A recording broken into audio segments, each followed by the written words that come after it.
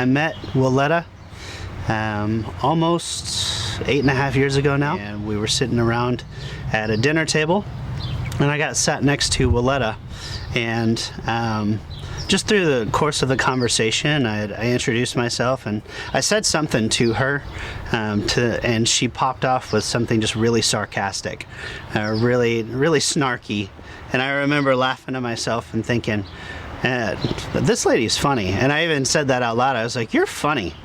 And I said, we should hang out sometime. And she got kind of a shocked look on her face, and she's like, you won't call me. And I was like, "Well, give me your phone number. I'll give you a call." And so when I met her, I was 26, and she was, I believe, 77 at the time. And so little did I know that this little old lady that I had just met was going to become part of my family. And little did I know that I was going to become a son for her. So I gave her a phone call, and she came and picked me up from the office, and we went to Cracker Barrel. And I sat across from her, and this was the very first Cracker Barrel lunch that we had in a series of 8.5 years of going to Cracker Barrel. So I got to know more and more about her. And she was a widow, and she'd been a widow for about, I think, almost 10 years when I met her.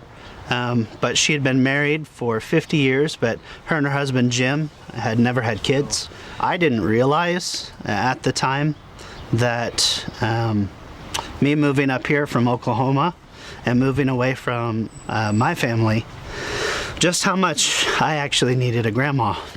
And so that was that was when we started to realize that God hadn't brought us together as an accident. So fast forward 8.5 years later, and Willetta, this past week, got to go home.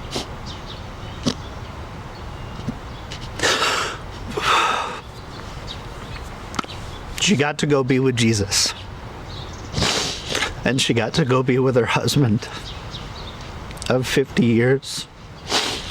I never knew that just from a simple conversation with a little old lady and ask her if she wanted to go to lunch would turn into having another grandmother, to becoming a part of her family, for her becoming a part of my family.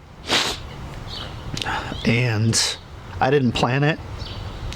I didn't go looking for it. I just was available, and it makes me realize, and I told her this, and I've told my wife and others that, she'd been sitting in church for years, and very few people knew her story, but she was in church every week. She said hello to people. And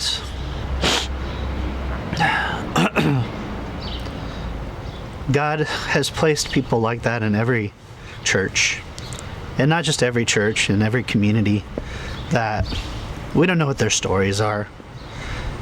And we don't even necessarily have to go looking for them. Sometimes God, He places those providential moments for us to meet someone who just needs a friend, who just needs someone to sit and listen to their story. And to be truthful, Willetta gave me more than I could ever give her.